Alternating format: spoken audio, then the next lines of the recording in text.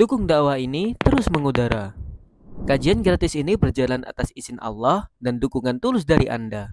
Bersama kita sebarkan kebaikan seluas-luasnya. Yuk jadi bagian dari tim kebaikan kami dengan mendukung operasional dakwah. Jazakumullahu khairan kasiran.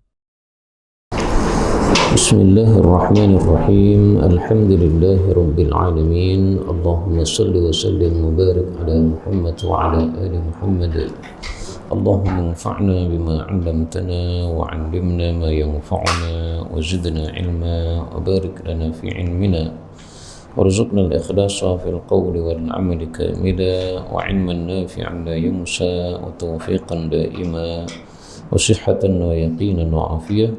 اللهم انصر المجاهدين وارحم المستضعفين ودمر أعداء الدين واطمس على أموالهم آمين يا رب العالمين. Alhamdulillah kaum muslimin rahimakumullah. Kita lanjutkan pengajian hadis dari kitab Al-Jami' As-Shaghir karya As-Suyuti wafat 911 Hijriah rahimahullahu ta'ala. Dan kita sudah sampai pada hadis 5311. Faqala al-muallif rahimahullahu ta'ala wa nafa'ana bihi wa bi 'ulumihi fid darain amin.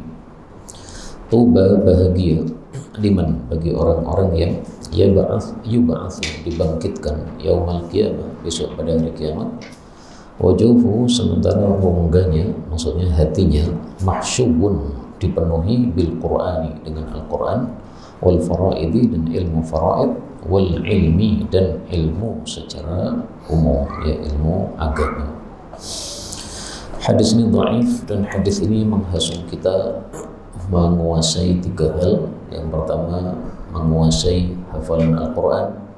Yang kedua, menguasai ilmu faraid. Dan yang ketiga, menguasai ilmu agama. Ilmu faraid juga termasuk ilmu agama, tetapi disebutkan secara khusus untuk menunjukkan fadilahnya. Dan ada tiga ilmu yang cukup jarang di Indonesia. Yang pertama adalah ilmu faraid, yang kedua adalah ilmu falak, yang ketiga adalah ilmu arud. Ilmu arud yaitu ilmu untuk membuat syair, syair Arab, yang itu bisa kita gunakan untuk menulis ilmu juga. Berikutnya tuba. Tuba adalah syajaratun, satu pohon yang besar, fil jannati, di dalam jannah. Masirata, perjalanan, mi'ati amin, 100 tahun. Thiyabu ahlil jannati, pakaian penghuni jannah, takhruju, keluar, min akmamiha, dari kelopak-kelopaknya. Hadis ini sahih, membicarakan tentang satu pohon besar di dalam jannah. Syajaratun ini artinya satu pohon besar karena ada tanwin bagian akhirnya. Nah, kaidahnya mengatakan at-tankir lit-ta'zim, penggunaan isim nakirah ditandai ada tanwin di bagian akhir, itu menunjukkan arti besar atau agung. Dan para ulama mengatakan bahwa tuba ini pohon di Jannatu Adn, di rumahnya Nabi Muhammad sallallahu alaihi wasallam, di dalam jannah. Dan semua warna, semua bunga ada pada pohon tuba ini selain satu warna, yaitu warna hitam, nggak ada ya. Karena hitam bukan untuk hiasan, sehingga tidak cocok untuk pohon ini. Demikian dikatakan oleh para ulama kita rahimahumullah ta'ala.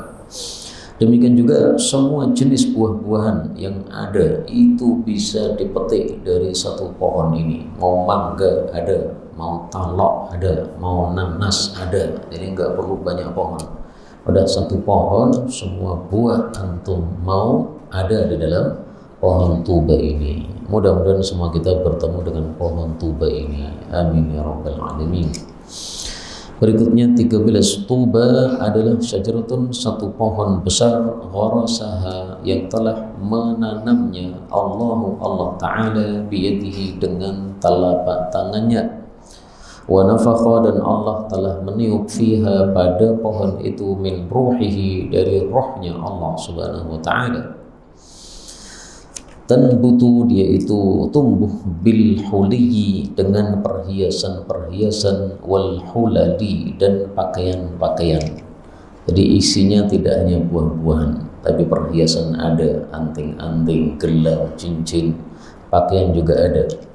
Wa inna, dan sesungguhnya aghsanaha, ranting-rantingnya itu, latura, sungguh bisa terlihat, min warai, dari balik, suril jannati, pagarnya jannah.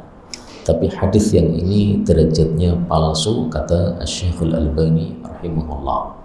Sehingga sepantasnya hadis yang ini tidak dimasukkan di dalam kitab Al-Jami' As-Saghir, karena beliau menulis syarat di dalam muqaddimahnya bahwa kitab ini tidak memuat hadis-hadis palsu, tapi masih kebobolan juga, masuk beberapa hadis palsu. Adapun yang ini tadi menumbuhkan pakaian-pakaian, ini sahih dari hadis yang sebelumnya, takhruju thiyabu ahlil jannati takhruju min akmamiha, sahih dari hadis yang sebelumnya tadi. Berikutnya 14, tuba itu adalah syajaratun, satu pohon besar, fil jannati, di dalam jannah. Gharasahallahu biyadih, Allah telah menanamnya dengan telapak tangannya. Wa nafakha fiha min ruhi, dan Allah telah meniup padanya dari rohnya Allah. Wa inna aghsanaha, dan sesungguhnya ranting-rantingnya, latura min wara'i sudil jannah, sungguh terlihat dari balik pagar surga. Tumbitul huliyah, kalau yang tadi tanbutu bil huli, kalau di sini tumbitu, menumbuhkan al huliyah, perhiasan. Wathimara, dan juga buah-buahan, mutahaddilatan, dalam keadaan tercurai buahnya itu, ala afwahihim, pada mulut-mulutnya penghuni jannah. Di situ tertulis afwahihim, apa afwahiha? Afwahiha. Kalau di dalam syarahnya tertulis afwahihim, kemudian himnya ini kembalinya kepada penghuni jannah, dan itu lebih mudah kita paham kalau dibaca afwahihim. Jadi maksudnya buahnya itu sangat dekat, sehingga dekatnya itu sampai pada mulutnya ahli jannah, sehingga kalau mau memetik itu tidak perlu ngeranggeh ke atas, sudah di depan mulut. Tidak perlu pakai senggek, tidak perlu pakai tangga, padahal pohon sangat besar, berarti sangat tinggi. Tapi meskipun besar dan tinggi, tetapi buahnya sangat dekat pada mulut. Tapi hadis dengan lafaz ini memang dhaif, hanya saja maknanya bisa dikuatkan dengan hadis dengan ayat Al-Quran. Allah mengatakan qutufuha, petian-petiannya surga, daniyatun, dekat. Dekat itu gimana? Dekat itu kalau dalam hadis ini disebutkan berada di depan mulut. Ya bisa saja maknanya benar. Berikutnya 15, tuba itu adalah syajaratun, satu pohon, fil jannah, di dalam jannah. La ya'lamu, tidaklah mengetahui, tulaha, tingginya, illallahu, selain Allah subhanahu wa ta'ala. Fayasiru, maka berjalanlah, ar-rakibu, pengendara kuda atau onta, tahta, di bawah, ghusnin, satu ranting, min aghsaniha, dari ranting-rantingnya, sab'ina kharifan, selama 70 tahun. Artinya apa? Saking besarnya pohon tadi, sehingga rantingnya ini sangat panjang, sehingga kalau kita akan lepas dari bawah rantingnya itu harus berjalan selama 70 tahun lamanya. Warabuha, daun-daunnya itu adalah al-hulal, pakaian-pakaian. Taqa'u alaihi, hingga pada pohon tadi, at-tayru, burung-burung, ka'amthali, seperti permisalan-permisalan al-bukhti, onta-onta yang punuknya besar. Jadi burungnya juga besar-besar seperti onta. Ini hadisnya dhaif ya. Mari kita lihat hadis yang sahih, yang semakna dengannya.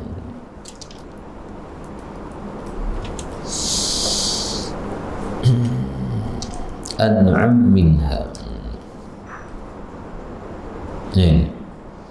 Ini hadis yang sahih, tetapi bicara tentang Sungai Kautsar, bahwasanya di Sungai Kautsar itu tariduhu ta'irun, datang kepada sungai Kautsar yang ada di dalam jannah burung-burung, a'naquha mithlu a'naqil juzur, tengkuknya seperti tengkuk onta-onta, akiluha an'am minha, yang memakan burung tadi tentu lebih nikmat atau lebih subur daripada si burungnya. Jadi kalau burungnya gede-gede seperti onta-onta, nah, maka pasti ahli jannahnya juga subur-subur, gede-gede juga.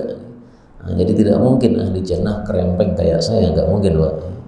Nggak bisa ahli jannah kerempeng, makan apa kerempeng itu. Nah ini maknanya bisa disahihkan ya dengan hadis yang ini tadi, sahha fil kautsar, ya, hadis yang sahih tentang sungai Kautsar, ada burung-burung yang tengkuknya seperti tengkuk-tengkuk onta. Berikutnya 16, tulu, lama, maqami ummati, tinggalnya umatku, fi kuburihim, di dalam kubur mereka, itu tamhisun, membersihkan lidzunubihim, terhadap dosa-dosa mereka. Tapi hadis ini dhaif, bahkan dikatakan palsu oleh Syekhul Albani rahimahullahu ta'ala. Ada rawi bernama Abdullah Al-Ifriqi, Abdullah dari Afrika, itu penyebab hadis ini sangat-sangat dhaif. Salah satu hadis yang dhaif yang dia bawa ya hadis ini. Berikutnya 17, talaqul amati, talaknya wanita, budak perempuan, itu adalah tatliqatani, hanya 2 kali saja. Tidak seperti orang merdeka bisa sampai 3 kali. Wa iddatuha, dan masa iddahnya budak wanita, haidotani, 2 kali haid saja. Tidak seperti wanita merdeka 3 kali haid. Ringkasnya, budak dengan merdeka itu hukumnya dibedakan. Untuk budak itu separuhnya, 3 kali talak. Separuhnya berapa? 1,5. Tapi karena talak itu nggak bisa di separuh, berarti artinya 2 kali saja. Masa iddahnya juga begitu, 3 kali haid untuk yang merdeka, maka untuk budak 2 kali haid, itu separuhnya. Tapi hadis ini derajatnya dhaif, belum ada derajatnya, ditulis sendiri. Kemudian dari sisi fikih, para ulama berselisih pendapat. Pendapat pertama mengatakan bahwa budak, masalah talak dan masa iddah adalah separuhnya orang merdeka berdasarkan hadis ini. Tetapi hadisnya sahih, dhaif. Pendapat yang kedua mengatakan ini hadis yang dhaif, tidak bisa dipakai, sehingga budak perempuan itu nasibnya adalah tergantung suaminya, bukan tergantung dirinya. Jadi nggak peduli dia itu budak atau merdeka, yang penting suaminya apa. Kalau suaminya merdeka, maka haknya tetap 3 kali talak. Jelas ya? Kalau suaminya adalah budak, nah haknya hanya 2 kali talak. Jadi yang dihitung itu bukan si istrinya, tapi si suaminya. Status suaminya apa? Kalau status suaminya budak, maka haknya 2 kali. Kalau status suaminya merdeka, maka haknya 3 kali. Adapun Al-Quran mengatakan at-talaqu marratan, talak itu hanya 2 kali. Itu maksudnya 2 kali yang bisa rujuk gitu Pak. Tapi talaknya suami ya sampai 3 kali. Kalau udah 3 kali, baru sudah tidak bisa rujuk kecuali harus memenuhi 2 syarat. Tapi kalau talak yang disebut dalam surat Al-Baqarah ayat 229 ini, talak itu 2 kali, maksudnya yang masih bisa rujuk tanpa ada 2 syarat itu. Nah, syaratnya apa? Itu sudah pernah kita bahas. Berikutnya 18. Tibur rijal, parfumnya para laki-laki adalah ma dhahara, apa yang tampak, rihuhu, baunya. Jadi baunya semerbak. Wa khafiya, dan samar, launuhu, warnanya. Wa tibun nisa, sementara parfum wanita itu adalah ma dhahara, apa yang tampak, launuhu, warnanya, wa khafiya, dan samar, rihuhu, baunya. Jadi perempuan parfumnya bukan parfum yang semerbak wanginya, tetapi yang apabila dia pakai itu ketika dia melewati orang itu tidak ada bau yang semerbak. Kalau dia pakai parfum yang baunya semerbak melewati laki-laki yang bukan suaminya, itu sama dengan pelacur, kata Nabi SAW. Artinya haram hal itu. Nah, supaya tidak haram bagaimana? Ini pakai parfum yang baunya tidak semerbak. Contohnya apa? Parfum lagi-lagi. Contohnya miskun, minyak wangi misik. Ini baunya masya Allah, tapi warnanya hitam, ya. Jadi warnanya tidak padang. Itu yang dimaksud wa khafiya launu.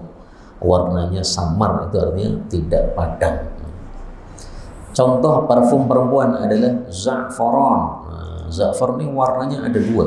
Ada yang merah beranang, ada yang kuning. Ya, pokoknya cerah semuanya. Tapi baunya nggak ada, Pak. Kapan terbau? Terbau kalau parfum itu kita dekatkan di depan hidung. Nah, ini baru terbau. Tapi kalau hanya dioleskan di kulit, nah, kemudian saya melewati panjenengan, nah itu tidak akan terbau. Kecuali panjenengan ambil ke tangan saya, kemudian panjenengan cium, nah, baru tercium baunya za'faran tadi. Tapi ini za'faran yang asli dan misak yang asli, ya. Kalau yang dijual di pasar itu tulisannya misak tapi bukan misik itu. Tulisannya za'faran, hanya namanya saja za'faran mungkin. Apa? Tapi dia bukan betul-betul za'faran. Karena kalau betul-betul za'faran itu tadi baunya tidak ada kecuali hanya sedikit. Perempuan biasanya pakai za'faran untuk dioleskan di bagian kulit, misalkan di wajahnya, ya, supaya wajahnya cerah, kelihatan agak kuning begitu. Kemudian di bagian tangan, kaki dan sebagainya. Berikutnya 19, tayyibu, wangikanlah afwahakum, mulut-mulut kalian, fa inna, karena sesungguhnya afwahakum, mulut-mulut kalian itu adalah turuqul Quran, jalur-jalur Al-Quran. Hadis ini meskipun diriwayatkan secara mursal tetapi disahihkan oleh Asy-Syaikh Al-Albani. Kenapa? Karena dikuatkan oleh hadis berikutnya. 20. Tayyibu, wangikanlah afwahakum, mulut-mulut kalian dengan apa? Bisiwaki, dengan siwak. Fa innaha, karena sesungguhnya mulut-mulut itu turuqul Quran, jalur-jalurnya Al-Quran. Artinya kalau kita membaca Quran itu kan lewat mulut, Pak. Nah, Quran itu sesuatu yang mulia, kalam Allah, maka mari kita muliakan. Bagaimana cara memuliakan Quran? Wangikan mulutnya dengan cara disiwak. Nah, siwak ini bisa dua makna. Makna pertama, siwak itu kayu siwak yang biasa kita ketahui, ya. Kayu, kemudian biasanya ujungnya diremuk sedikit, nah, supaya bisa digunakan untuk menggosok. Makna yang kedua, siwak itu perbuatannya. Ketika kita menggosok gigi kita, itu namanya bersiwak. Tidak harus pakai kayu siwak, pakai odol, pakai sikat gigi, pakai apapun, ya. Pokoknya tujuannya membersihkan mulut, itu namanya bersiwak. Nah, bisiwak ini bisa diartikan dua, ya. Bisiwak dengan cara bersiwak alias menggosok gigi, atau bisiwak dengan kayu siwak. Dan memang menggosok gigi dengan kayu siwak itu lebih afdal daripada dengan yang lain. Sama-sama menggosok gigi, lebih afdal pakai kayu siwak. Ini sudah hampir sepakat para ulama. Saya tidak menemukan perselisihan pendapat. Setiap membaca kitab fikih tentang masalah siwak, mereka selalunya mengatakan lebih afdal pakai kayu siwak. Makanya saya katakan hampir kesepakatan ulama, karena belum pernah melihat apa perselisihan pendapat dalam bab ini. Dan kayu siwak itu memang fadilahnya banyak. Salah satunya yaitu mengandung kesehatan, sehingga orang-orang yang biasa menggunakan kayu siwak itu biasanya giginya sehat, gusinya juga sehat. Salah satu teman saya yang menggunakan kayu siwak itu sudah membuktikan. Dia waktu itu sakit gigi gara-gara makan kurma, Pak. Terus dia mikir, seusia saya masih muda, sakit gigi gara-gara kurma, ngisi-ngisi nih, kata dia.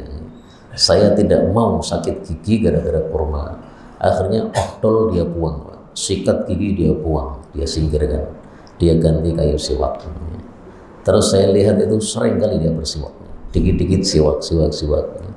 Setelah berapa lama saya ketemu lagi, saya tanya, apa hasilnya pakai siwak? Dia bilang sudah tidak pernah sakit gigi. Nah, maka yang suka sakit gigi coba, Pak, ganti siwak, Kalau saya sudah berganti siwak tapi belum cocok saya, Pak. Kurang sabar saya pakai siwak gitu ya. Karena bersihnya tidak secepat apa? Pakai sikat gigi sama odol lebih cepat bersihnya. Perlu kesabaran. Berikutnya 21. Thayyibu, wangikanlah sahatikum, halaman-halaman rumah kalian. Fa inna, karena sesungguhnya antana, paling busuknya as-sahati, halaman-halaman rumah adalah sahatul Yahudi, halaman-halaman rumahnya orang-orang Yahudi.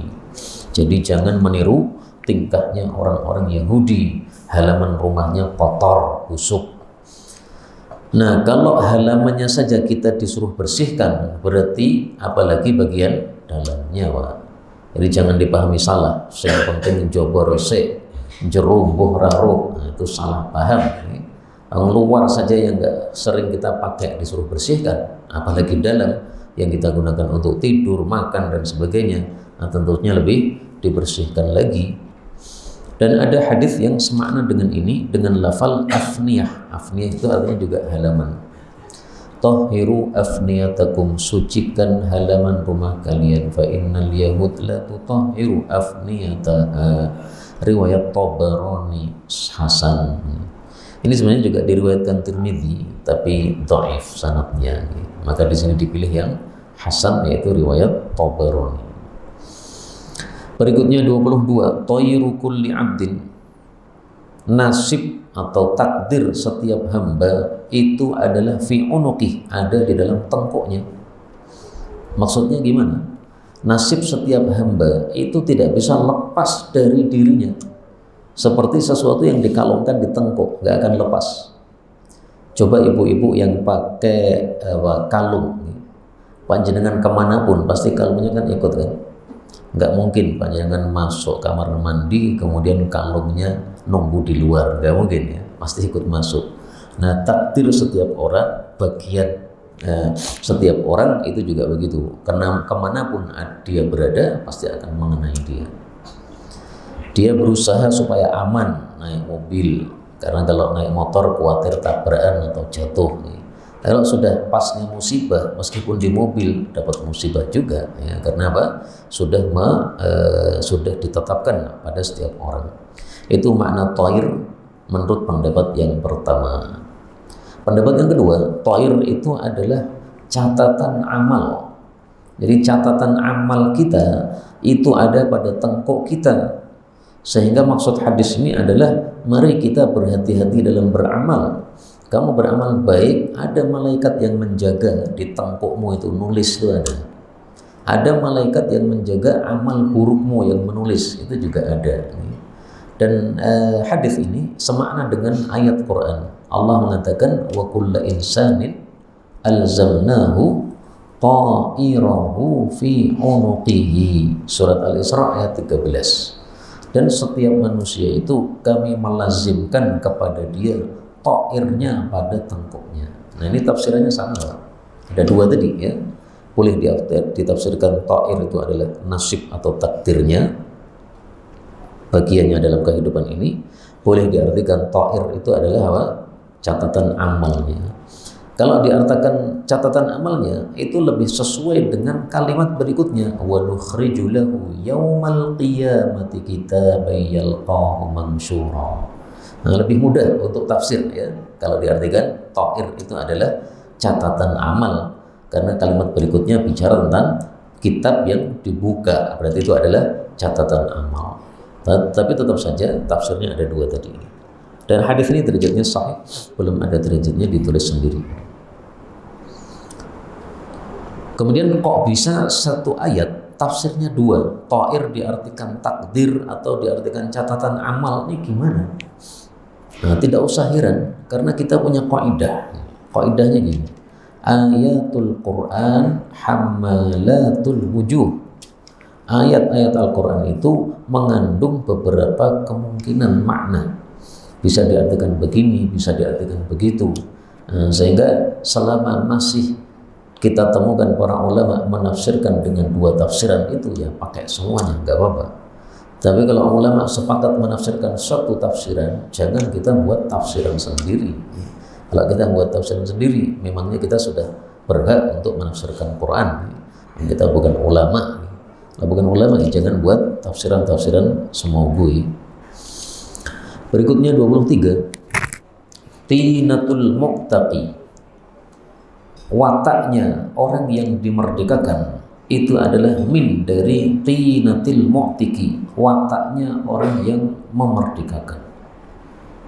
Maksudnya mirip antara orang yang memerdekakan budak dengan budak yang dia merdekakan. Perwatakannya sama. Karena perwatakannya sama, akhirnya klop. Karena klop, akhirnya dimerdekakan. Tapi hadis ini dhaif, bahkan palsu, kata Asy-Syaikh Al-Albani rahimahullah ta'ala. Tin itu arti yang populernya itu adalah tanah, Pak. Tapi di sini para ulama ketika menafsirkan hadis ini tidak mengartikan tanah. Karena itu saya terjemahkan sesuai tafsiran para ulama, ya. Karena kita bukan ulama. Seandainya saya ulama, ya saya artikan tin ini tanah, Pak. Karena makna yang biasanya tin artinya apa? Tanah. Tapi udah ditafsirkan ulama begitu, kita ikuti tafsiran mereka rahimahumullah ta'ala. Toh hadisnya pun juga hadis yang palsu. Berikutnya 24, tayyus thawbi, melipat baju, itu adalah rohatuhu, rehatnya baju tadi. Rehat dari apa? Rehat dari dipakai setan. Dengan kata lain, kalau kita habis pakai baju kemudian kita gantung, maka setan akan pakai baju tadi. Karena setan pakai baju tadi, maka baju kita cepat rusak. Jadi supaya baju awet tidak cepat rusak gimana? Jangan digantung, tapi setelah dipakai dilempit. Tapi hadis ini dhaif sehingga nggak bisa dijadikan sebagai dalil. Dan ini banyak sekali, Pak, di kalangan para jamaah tertentu, ya. Mereka itu sangat menekankan masalah ini.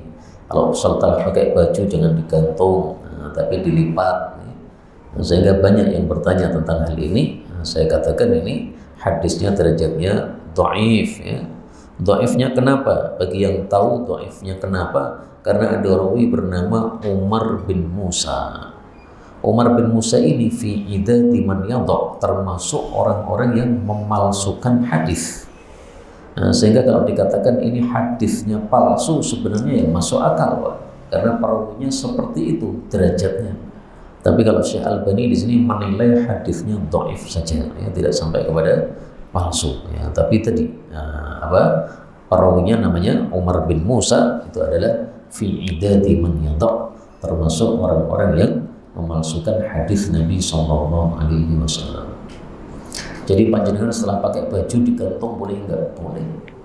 Karena kaidahnya adalah al-aslu fil asya'i al-ibahatu. Hukum asal segala sesuatu boleh. Panjenengan mau melarang, maka perlu ada dalil yang sahih. Nah, ini dalilnya tidak sahih. Sehingga silakan aja mau digulung. Kalau saya digulung nggak cocok, Pak. Dilempit nggak cocok. Sudah dipakai kena keringat. Nanti kalau lipat jadi gimana? Keringatnya jadi campur aduk di situ. Kalau kita gantung, maka keringatnya terkena angin sehingga tidak akan baunya dahsyat. Tapi saya lihat anak-anak saya yang sekolah MI itu sudah terbiasa pulang sekolah baju seragamnya kemudian dilipat lagi, ditumpuk, serapa pola, ngamal ke hadis yang yang dhaif, cilik-cilik. Mereka tidak tahu bahwa itu hadisnya dhaif, dan itu kebiasaan harian mereka, udah biarkan aja. Tapi maksudnya kita tidak usah melarang orang-orang yang menggantungkan baju, ya. Gantungkan baju nggak apa-apa, tidak menyebabkan setannya memakainya, tidak. Lah yang menyebabkan setan memakai itu apa? Yang menyebabkan setan memakai itu kalau mubadzir, maka dipakai setan, sebagaimana sabda Nabi Sallallahu Alaihi Wasallam, warrabi' lisyaitan. Seseorang punya satu kasur untuk dirinya, punya kasur yang lain untuk istrinya, punya kasur yang ketiga untuk persiapan tamu. Nah, kalau ada kasur lagi yang keempat alias nganggur, maka itu untuk setan. Jadi jangan banyak-banyak kasurnya, Pak, di rumah. Anaknya 5, kasurnya 10, turah itu. Kasurnya yang 5 saja sesuai jumlah anaknya. Kalau mau ditambah 1 untuk persiapan tamu. Dan ini hadis saya amalkan, Pak. Ada kasur nganggur untuk persiapan doif tamu. Insya Allah nggak dipakai setan, sehingga tamu kapanpun datang siap ada kasurnya, tidak usah kita ngalah ngasih kasur kita. Tapi kalau ada yang nganggur, itu yang dipakai setan. Itu yang hadisnya sahih riwayat Abu Dawud. Sampai di sini sudah selesai huruf ta. Kemudian faslun, pasal baru, fil muhalla, hadis-hadis yang dimulai dihiasi bi al, dengan al min harfi ta, dari huruf ta. 25 ya. At-tabi', setempel, itu adalah mu'allaqun, tergantung, bi qaimatil arsy, pada kaki singgasana Allah Subhanahu wa taala. Fa idza, maka apabila untuhikatil hurmah, telah dirusak kehormatan, maksudnya apa? Dilanggar keharaman. Wa umila, dan diamalkan, bil ma'asi, maksiat-maksiat.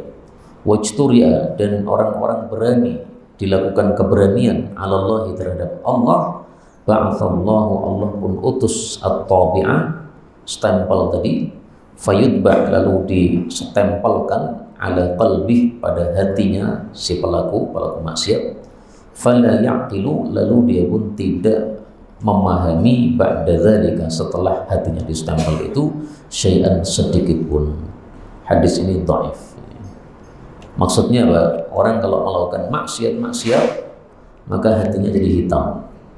Kalau sudah hitam, maka tumpuk hitamnya akhirnya menutupi seluruh hatinya. Kalau sudah hitam total semuanya, nah itu baru kemudian memahami apapun kebaikan nggak bisa.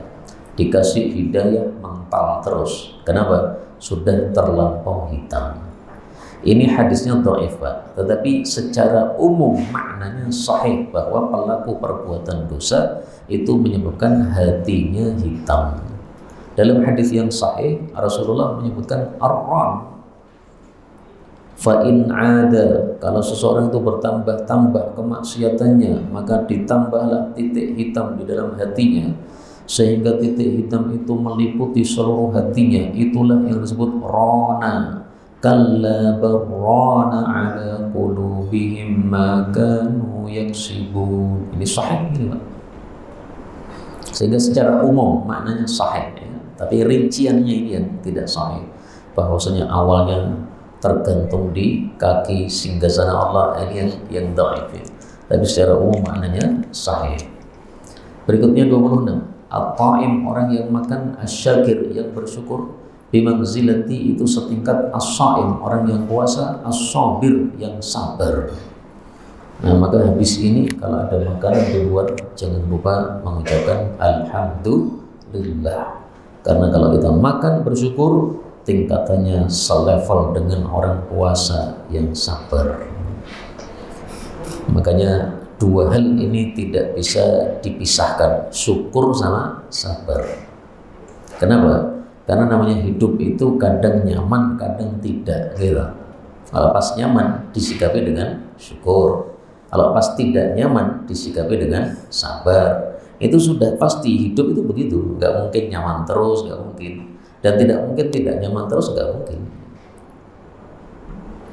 Makanya Allah sering menyebutkan dalam Al-Quran dua sifat ini gandeng, likulli sabarin syakur, disebutkan sampai berkali-kali oleh Allah dalam Quran. Kita cek ya, berapa kali sabarin syakur? Ada 4 kali, Pak. Sabarin syakur, awalnya surat Ibrahim, akhirnya surat Asy-Syura. Jadi seolah-olah sabar syukur ini jangan dipisahkan, harus punya sabar, harus punya syukur. Karena kalau kita menghadapi yang tidak nyaman, maka sabar itulah yang dituntut. Menghadapi yang nyaman, syukur itulah yang dituntut. Berikutnya 27, at-ta'imus syakir, orang yang makan yang bersyukur, lahu, bagi dia itu, mithlu, semisal, ajri, pahalanya, as-sha'im, orang yang puasa, as-sabir, yang bersabar. Karena itu di sebagian amalan itu oleh Allah justru oleh Nabi justru tidak disyariatkan puasa. Contohnya apa? Contohnya wukuf di Arafah. Nah, wukuf di Arafah ini, orang-orang yang sedang wukuf di Arafah itu lebih bagusnya tidak puasa daripada puasa. Kenapa? Karena kalau Anda puasa ketika wukuf di Arafah jadi lemes. Kalau jadi lemes nanti zikirnya nggak kuat. Nah, sementara kalau panjenengan makan zikirnya kuat. Nah, bagi orang yang sudah biasa puasa itu mungkin terasa susah. Saya sudah biasa puasa, ini wukuf di Arafah malah nggak boleh atau nggak sunnah puasa. Nah, tidak perlu sedih karena ternyata orang makan pun kalau dia syukur maka sudah selevel dengan orang puasa yang sabar.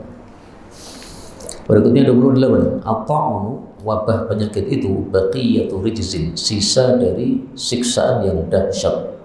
Au qala, atau Nabi mengatakan azabin, siksaan. Jadi kalau rijzin siksaan yang dahsyat, kalau azabin ini umum. Ursilan yang diutus ala ta'ifatin pada sekelompok min Bani Israel, dari Bani Israel. Fa'idha, maka apabila waqa'a, terjadi wabah penyakit bi ardin, pada satu tempat, wa antum, sementara kalian itu biha, di tempat tersebut, fala takhruju, maka janganlah kalian keluar, minha, dari tempat itu, firaran, karena lari, minhu, darinya. Kalau keluarnya bukan karena lari nggak apa-apa. Panjenengan tinggal di Solo, terjadi wabah penyakit di Solo, panjenengan pergi ke Surabaya untuk menjenguk misalnya anak panjenengan yang sakit di sana, nggak apa-apa, karena tujuannya keluar bukan untuk lari. Maka ini firaron, ini koidnya, ya. Syarat tidak bolehnya itu adalah keluarnya karena lari. Wa idza, dan apabila waqa'a, terjadi wabah itu bi ardin, pada suatu tempat, walastum, sementara kalian tidak ada biha, padanya, fala tahbitu, maka jangan kalian singgah alaiha, pada tempat tersebut. Kenapa tidak boleh kita singgah di situ? Karena penyakit ta'un itu cepat sekali menularnya. Sehingga jangan kita itu menantang musibah. Saya masuk nggak apa-apa, saya orangnya kuat, insya Allah nggak tertular. Jangan begitu.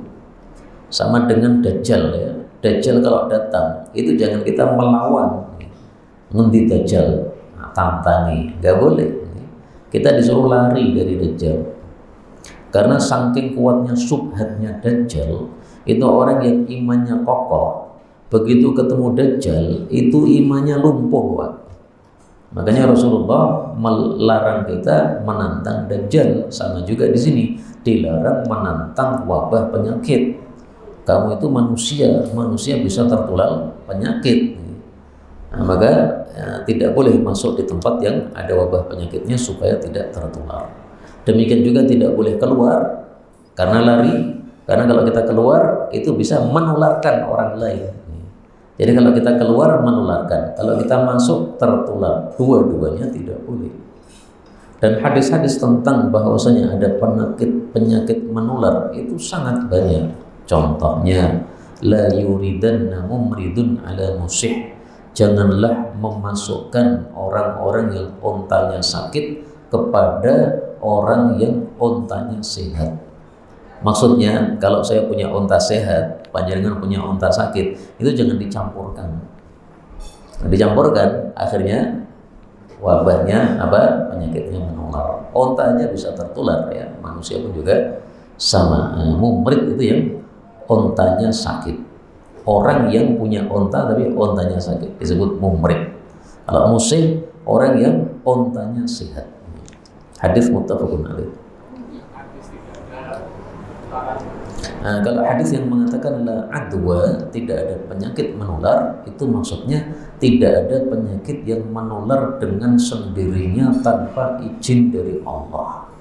Karena orang-orang jahiliyah itu mengatakan namanya penyakit itu menular sendiri tanpa perlu Allah. Nah, itu kata orang-orang jahiliyah. Oleh Nabi dibatalkan keyakinan seperti itu. Kalau kamu meyakini segala sesuatu itu berjalan sendiri-sendiri tanpa takdir dari Allah, itu berarti menafikan takdir Allah. Kalau menafikan takdir Allah, seolah-olah meremehkan Allah. Allah itu nggak punya kekuasaan sama sekali. Kita berkuasa terhadap diri kita sendiri. Nah, itu yang diingkari oleh Nabi SAW. Berikutnya 29, at-ta'unu, wabah penyakit itu syahadatun, adalah mati syahid likulli muslimin, untuk setiap orang muslim. Jadi musibah itu tergantung siapa yang mengalaminya, Pak. Yang mengalami orang muslim jadinya baik, yang mengalami orang kafir jadinya jelek. Seperti misalnya bencana di Sumatera atau di Aceh ini yang viral itu ya. Itu kan semuanya kena, Pak. Yang muslim, yang baik, yang sholatnya rajin ke masjid yang kena. Yang muslim tapi jelek, fasik, tidak pernah ke masjid, bahkan sudah terjadi bencana, kemudian mereka nginep di masjid tapi Jumatan katanya nggak ikut sholat, orang ajar lagi. Katanya Islam agamanya, tapi nggak ikut sholat Jumatan. Nah, itu berarti kan muslim fasik itu. Nah, kalau benar cerita itu terjadi, berarti ya untuk dia itu bukan kenikmatan ya. Maka bagi orang yang baik itu tenggelam ketika musibah kemarin itu banjir, itu malah mati syahid. Tapi bagi orang yang jelek, yang kafir, ya berarti itu adalah siksa dari Allah Subhanahu wa taala. Bagi orang yang biasa-biasa, ya berarti tidak syahid, juga tidak tidak siksa, ya mungkin sebagai ujian dari Allah, teguran dari Allah Subhanahu wa taala supaya kita perbaiki diri. Nah, maka tergantung siapa yang mengalaminya. Semakna dengan ini sabda Nabi SAW tentang akhdatu asafin, mati mendadak. Mautul faja'ah, mati mendadak, akhdatu asafin, itu tanda Allah murka kepada orang itu. Itu jangan dipahami semua yang mati mendadak, Pak. Mati mendadak kalau untuk orang baik, ya baik. Kalau mati mendadak misalnya ya, kita sedang sujud, kemudian mati, dan kita orang baik, ya kan malah jadi baik. Matinya dalam keadaan husnul khatimah. Tapi kalau orang sedang mabuk, mati mendadak, nah itu jadi jelek, itu muka Allah. Allah tidak mau ngasih kesempatan dia. Berikutnya terakhir ya, 30. At-ta'unu, wabah penyakit itu, karena adalah dia azaban, satu siksaan, ya ba'athuhullah, yang Allah telah mengutusnya, ala ma yasha'u, kepada siapapun yang Allah kehendaki. Wa innallaha, dan sesungguhnya Allah Ta'ala ja'alahu, telah menjadikan wabah itu rahmatan, sebagai rahmat lil mu'minin, bagi orang-orang beriman. Falaisa, maka tidaklah min ahadin, seorang pun, yaqa'u ta'unu, terjadi ta'un, fayamkuthu, lalu dia tinggal, fi baladihi, di kotanya, sabiron, dengan sabar, muhtasiban, mengharap pahala, ya'lamu, dia yakin, annahu, bahwasanya, la yusibuhu, tidak mengenai dia, illa, kecuali, ma kataballahu lahu, apa yang Allah catat untuk dia, illa, kecuali pasti orang tadi, kana, adalah, lahu, bagi dia, mithlu, semisal ajri syahidin, pahala orang yang mati syahid. Maka orang yang mati karena wabah penyakit, dan mudah-mudahan COVID kemarin juga termasuk ta'un, sehingga saudara-saudara kita yang mati karena COVID termasuk yang mati syahid. Tapi syahidnya syahid akhirat, karena syahid ada dua, ada syahid dunia, ada syahid akhirat. Syahid dunia itu adalah yang diperlakukan sebagai orang mati syahid di dunia, yaitu orang yang mati ketika perang melawan orang-orang kafir, tidak dimandikan, tidak disolatkan. Kalau syahid akhirat, di dunianya tetap diperlakukan sama dengan yang lain, dimandikan, disolatkan. Tapi besok di akhirat digerombolkan bersama kelompoknya orang-orang yang mati syahid. Ini yang dapat kita bicarakan, betul dari Allah. Kalaupun ada salahnya, astagfirullahaladzim li wa lakum, walhamdulillahi rabbil alamin. Silakan kalau mau kedua. Dukung dakwah ini terus mengudara. Kajian gratis ini berjalan atas izin Allah dan dukungan tulus dari Anda. Bersama kita sebarkan kebaikan seluas-luasnya. Yuk jadi bagian dari tim kebaikan kami dengan mendukung operasional dakwah. Jazakumullahu khairan katsiran.